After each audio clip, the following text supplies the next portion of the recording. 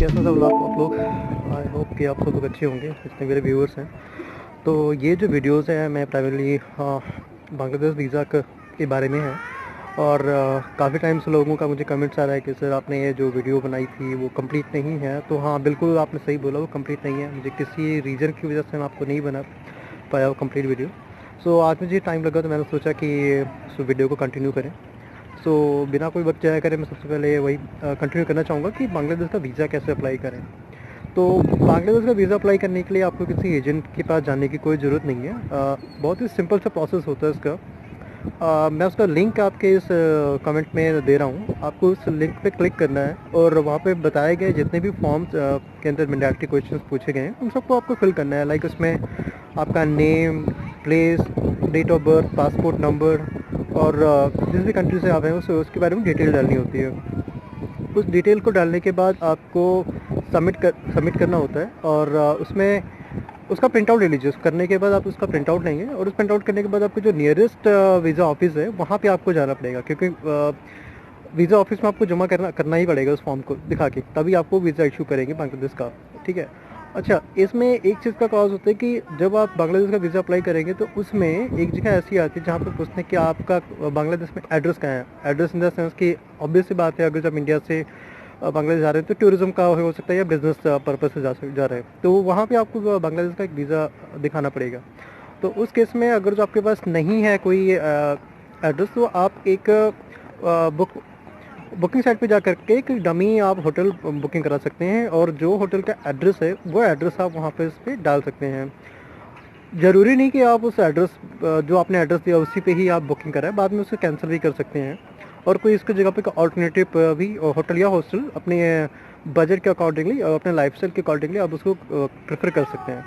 But visa form में ये चीज़ mandatory आ रही है कि आप अपना बांग्लादेश का एक वीज़ा चाहिए ही चाहिए, तो वहाँ पे आप इसका एक रेफरेंस दे सकते हैं।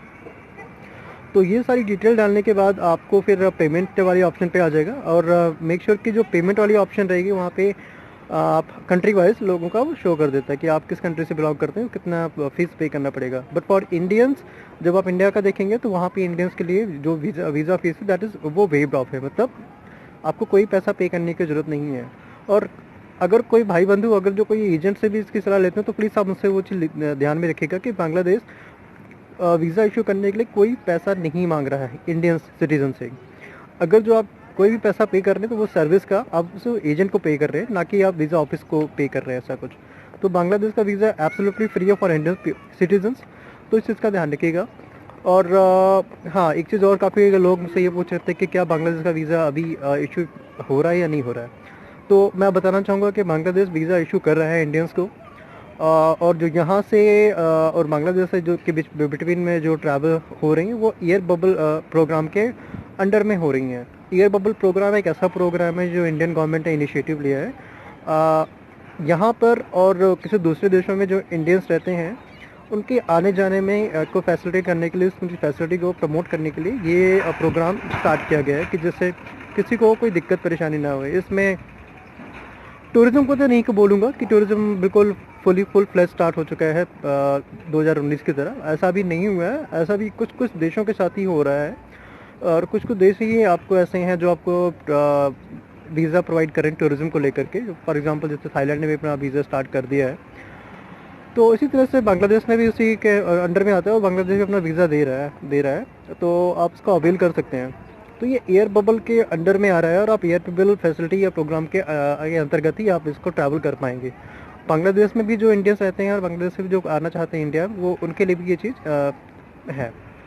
तो मैंने जो मेन पॉइंट्स है वो मैंने यहाँ पे क्लियर कर दिया है। सबसे पहली बात कि आपको किसी एजेंट की ज़रूरत नहीं पड़ेगी। दूसरी चीज़, आप इसको सेल्फ अप्लाई कर सकते हैं। इस वीज़ा को अप्लाई करने के लिए लिंक पे क्लिक करना होगा, जो कि लिंक मैंने इस वीडियो के कमेंट्स में ऐड कर रखा हुआ है। तो आपको बस वहाँ पे क्लिक करना है और जो बताए गए डायरेक्शन के हिसाब से उसको फिल कर देना है। थर्ड थिंग कि क्या पैसा देना पड़ेगा इस वीज़ा के लिए? नहीं, आपको कोई पैसा नहीं देना पड़ेगा अगर आप इंडियन है तो। और उसके बाद आपने जो प्रिंट निकलेगा उस प्रिंट की कॉपी आप निकाल लीजिए, फ़ोटो ऐड कर लीजिए और उसके बाद आपने जो नियरेस्ट वीज़ा ऑफिस हो बांग्लादेश का वहाँ पे जा कर के आप, या डिप्लोमेट ऑफिस भी हो, वहाँ पे आप जा कर के उसको दिखाइए और अपना बांग्लादेश का वीज़ा लीजिए।